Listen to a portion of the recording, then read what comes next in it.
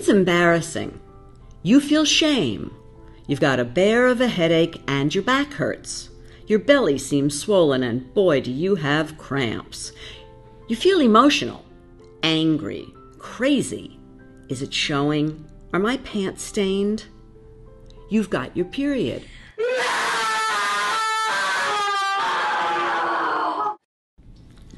Girls like you don't face obstacles to education because you don't have access to sanitary products. But in villages around the world, where many people live in poverty, sanitary products are not available nor affordable. Shame may prevent a girl from even knowing what's happening to her body every month.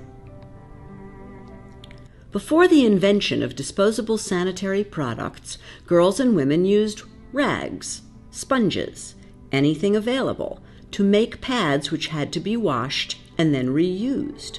A real problem if you don't live near a source of clean water. What do you use for soap?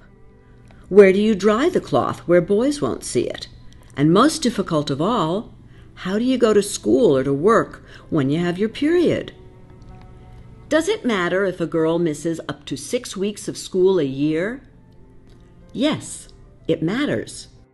This girl is not just missing all those days of education. She's missing out on the chance of completing her schooling and maybe going on to a higher education and a real job. This girl is more likely to drop out of school altogether. And once that happens, she's more likely to get married and pregnant, trapped in the cycle of poverty like the women who have gone before her. Every girl gets her period every month. For girls in school, this means missing as much as 39 days a year. That's hundreds of hours of school that she misses every year. She can't make up this time. She's lost a big piece of her education, all because she has no access to sanitary products. So, what's being done to help these girls? Gender equality in education is the United Nations Millennium Development Goal. As United Nations Secretary General Ban Ki-moon says, although education is a right, it's not a reality for all too many girls. There are groups dealing with this very real problem in their own communities. Distributing sanitary towels is very important to the girls. The parents cannot afford to pay the school fees and also to buy the other basic needs, especially the sanitary towels, and it will help them to learn well without any disturbance. This man in India has developed a small, inexpensive machine that creates disposable pads. These have been donated or purchased in places where the machine provides not only pads, but also income for the women who operate them. What can you do to help girls like these fulfill their dreams?